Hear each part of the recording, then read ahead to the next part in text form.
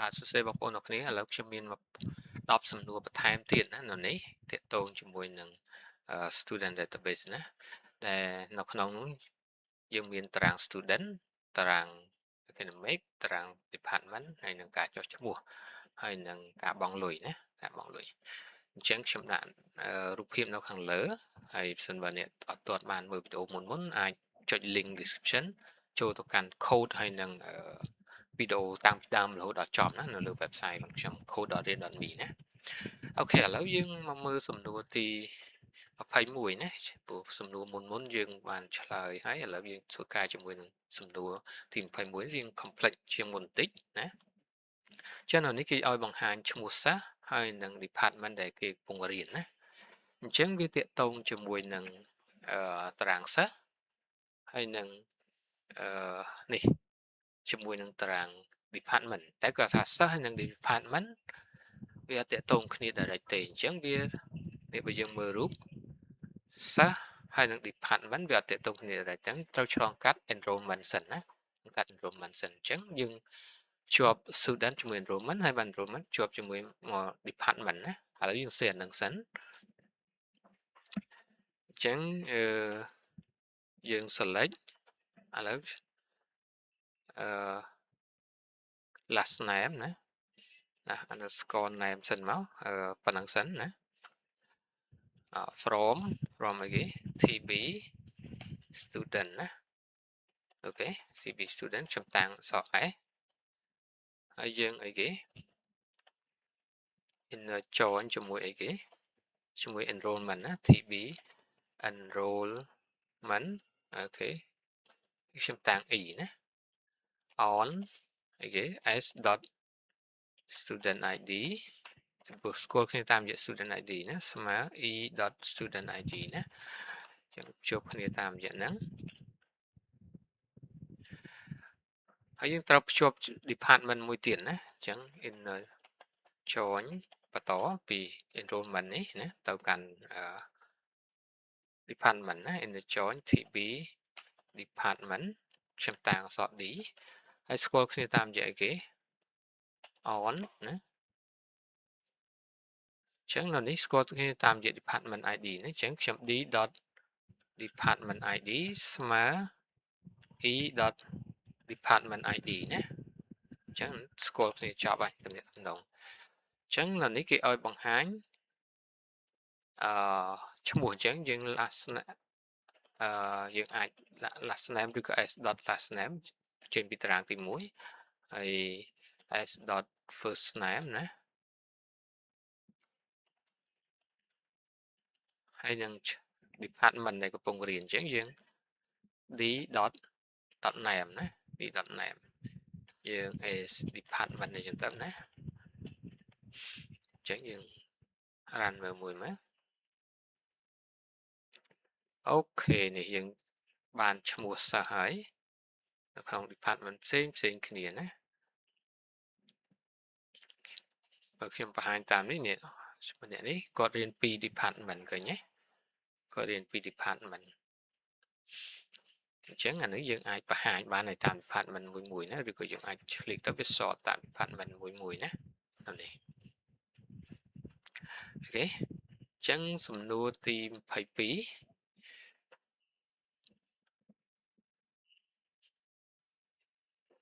តិចមកណាអញ្ចឹងសំណួររៀងពិបាកជាងមុនតិចចឹងនៅនេះគេឲ្យបង្ហាញឈ្មោះសិស្សដែលរៀនផ្នែក computer អញ្ចឹងនៅនេះគេឲ្យតែបង្ហាញដល់ department computer ទេណាអញ្ចឹងនៅនេះយើង copy នេះមកបង្ហាញឈ្មោះសិស្សហើយតែនៅនេះគេមានលក្ខខណ្ឌអីគេមានលក្ខខណ្ឌណាលក្ខខណ្ឌអីគេអញ្ចឹងកាលណាលក្ខខណ្ឌយើងវាបន្តទៀតមកណាវាអីគេវាដែលរៀនផ្នែកមានពាក្យថា computer អញ្ចឹងយើងវា d.name ឡាញ់ណាយើងប្រើឡាញ់អញ្ចឹងនៅនេះ single quote សងខាងយើងដាក់ភាគរយ computer អក្សរទូចធំអត់ប្រកាន់នេះកន្លែងនេះណាឲ្យតែមានពាក្យ computer department មានពាក្យ computer គឺចេញមកយើង select មកយើង run នេះអូខេតែប៉ុណ្្នឹងឯណាតែប៉ុណ្្នឹងឯង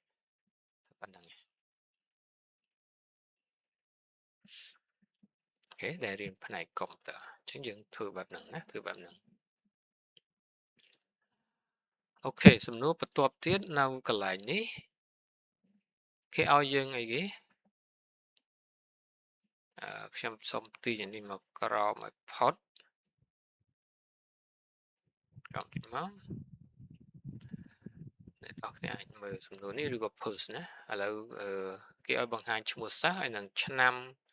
start year សម្រាប់ការចុះឈ្មោះក្នុងឆ្នាំ2021ចាអានេះ academic start academic ឯណា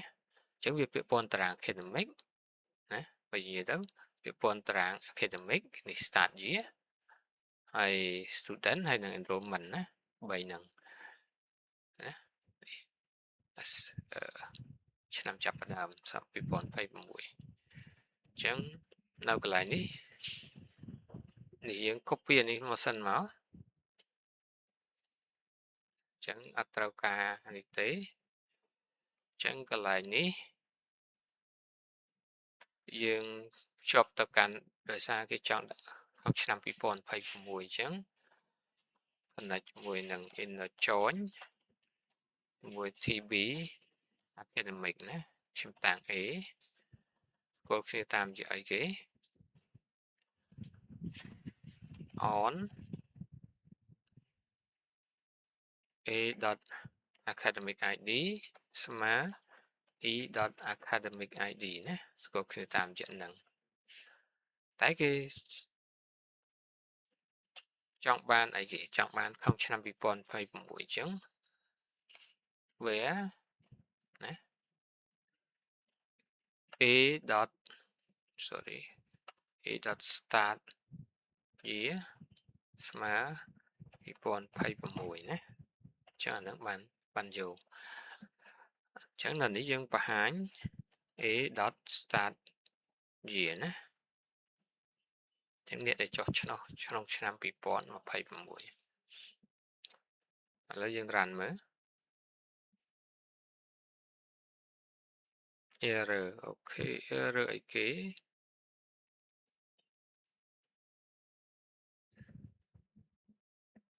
student management does not exist TB academic អូខេយើងមាន academic year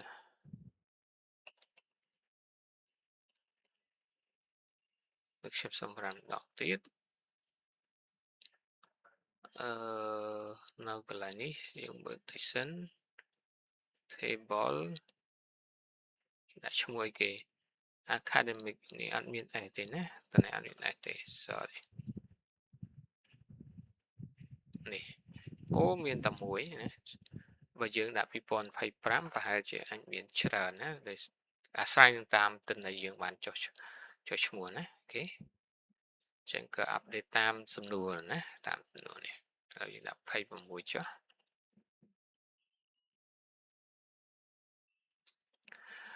អូខេអានេះគេឲ្យបង្ហាញ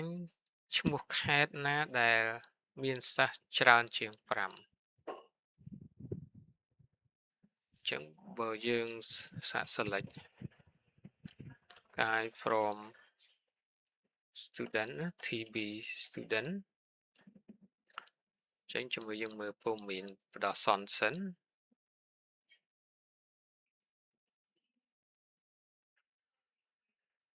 នេះ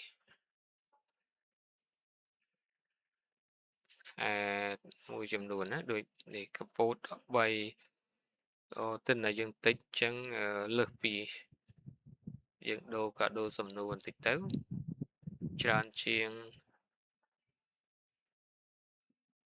3ឬក៏ច្រើនជាង2ទៅទៅណាក៏ដូរទៅលេខទៅណាអូខេអញ្ចឹងឲ្យបង្ហាញឈ្មោះខេត្តហើយនឹងនេះអញ្ចឹងអានឹងគឺយើងតាក់ទងជាមួយនឹង aggregation function នេះណាអញ្ចឹងនៅកន្លែងនេះឥឡូវយើងអញ្ចឹងហើយខ្ញុំទម្លាក់ from សិនមក from TB student ហើយខ្ញុំតាំង s ណាអញ្ចឹងកន្លែងនេះយើងបង្ហាញ s. ឈ្មោះខេត្តណាអញ្ចឹង province ហើយ province ហើយនឹងចំនួនសិស្សអញ្ចឹងចំនួនសិស្សយើងត្រូវធ្វើការ count វាមែនទេវាមកយើង count ណា count count ផ្កាយឬ count student ID អញ្ចឹង count ទៅតាមអីតាម province មួយអញ្ចឹងកាលណាយើងខ្ញុំថា S 5 student អីចឹងទៅណាអញ្ចឹងកន្លែងនេះយើងត្រូវមាន group by មួយណា group by ព្រោះកាលណាមាន field aggregation function លាយជាមួយនឹង field ផ្សេងអញ្ចឹងយើងមាន group by អញ្ចឹង group by គេអញ្ចឹងយើងសារតារាងតែមួយអញ្ចឹងយើងមិនបាច់តាំងអីទេណាអូខេចប់ហ៎ឥឡូវយើង run មួយសិនណាអត់ទាន់ចប់ទេដោយសារគេថាធំជាង2អញ្ចឹងនេះសិនណាអញ្ចឹងយើងមាន3 2ខែខ្លះមួយទៅសារទិនដែលយើងតិចណាអញ្ចឹងកន្លែងនេះលក្ខខណ្ឌអញ្ចឹងលក្ខខណ្ឌគឺលក្ខខណ្ឌទៅលើនេះណាអញ្ចឹង having ណា having អីគេ having យើងអាចប្រើចេះណាបើនៅលើ actual server having count ធំជាង2ណាយើងប្រាប់បែបនេះចាឥឡូវខ្ញុំ run មួយសិនណាអញ្ចឹងយើងឃើញមាននេះ compose មាន3តកែមាននេះអានេះករណីយើងប្រើជាមួយ actual server ផ្សេងចឹងតែបើ MySQL ក៏ផ្សេងចឹងបានតែអាចទៅសេទម្រង់មួយទៀតដែរណានេះអាចសេទម្រង់មួយទៀតដែរគឺយើងយកnăm student នេះដាក់ជាលក្ខខណ្ឌក៏បានដែរណាព្រោះពេលយើងតាំងតិចឬក៏តាំងវែងក៏បានចេញលទ្ធផលដូចគ្នាណាចេញលទ្ធផលដូចគ្នាអូខេអញ្ចឹងសំណួរទី25នៅនេះគេឲ្យយើងរកសិស្សដែលមិនទាន់មានទិន្នន័យបង់ប្រាក់មានន័យថាអត់ដែលបានបង់ប្រាក់សោះអញ្ចឹងមានន័យថាអត់មាននៅក្នុងតារាងបង់លុយឯណាតារាងបង់លុយឯងអញ្ចឹងបើយើងមើលទំនាក់ទំនងនេះសិស្សជាមួយបង់លុយយើងដាក់ direct ហ្មងអញ្ចឹងយើងមិនបាច់ចងច្រើនទេតែពីតារាងដឹងហើយមានន័យបើ ID គាត់អត់មាននៅក្នុងតារាងបង់លុយគាត់អត់ដែលបង់លុយទេណាអញ្ចឹងកន្លែងនេះគេឲ្យយើងប្រើ sub query ណា sub query អញ្ចឹង season មក select អីគេរកឈ្មោះសិស្សអញ្ចឹងយើងlast underscore name first underscore name from TB student chúng ta ấy nè in cho chúng với cái TB payment á để chúng ta P em tự lệ nó nè score khi tam vậy cái on s dot student id nè smart p nè escape p dot student id nè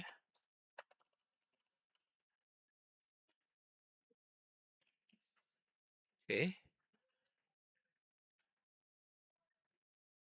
អូខ្ញុំច្រឡំសេមួយទៀតឥឡូវយើងសេតម្រង់នេះសិនណាចាអានេះយើងបង្ហាញហើយណាដែលមិនទាន់បង់ប្រាក់អានេះអ្នកបង់ប្រាក់ឯនេះអ្នកបង់ប្រាក់ឯណាអញ្ចឹងគេឲ្យបង្ហាញអ្នកមិនទាន់បង់ប្រាក់អញ្ចឹងចេះយើងអត់ inner join ទេណាវាអីគេ student id not in ណា not in អញ្ចឹងមានន័យថា not in អីគេ not in អត្រាង payment អញ្ចឹង not in អីគេ select student id from ខ្ញុំដាក់ទម្លាក់វាមកនេះមកណា from TB payment ណាអញ្ចឹងមានន័យថាម៉េចមានន័យថាឲ្យតែ ID សិស្សអត់មាននៅក្នុងតារាងបង់លុយគឺបង្ហាញហ្មងណា ចឹងមានអ្នកសិស្សអត់ដែលបង់លុយទេអត់ទាន់បានបង់លុយនេះណាសិស្សអត់ទាន់បង់លុយទេសិស្សអត់ទាន់បានបង់លុយទេតែបើយើងរកសិស្សដែលបានបង់លុយហើយយើងលុបណទៅនេះសិស្សបានបង់លុយហើយប្រហែលនេះអីចឹងទៅណាចានេះគឺខុសតែឈ្នាប់ឯណាឈ្នាប់ឯ in on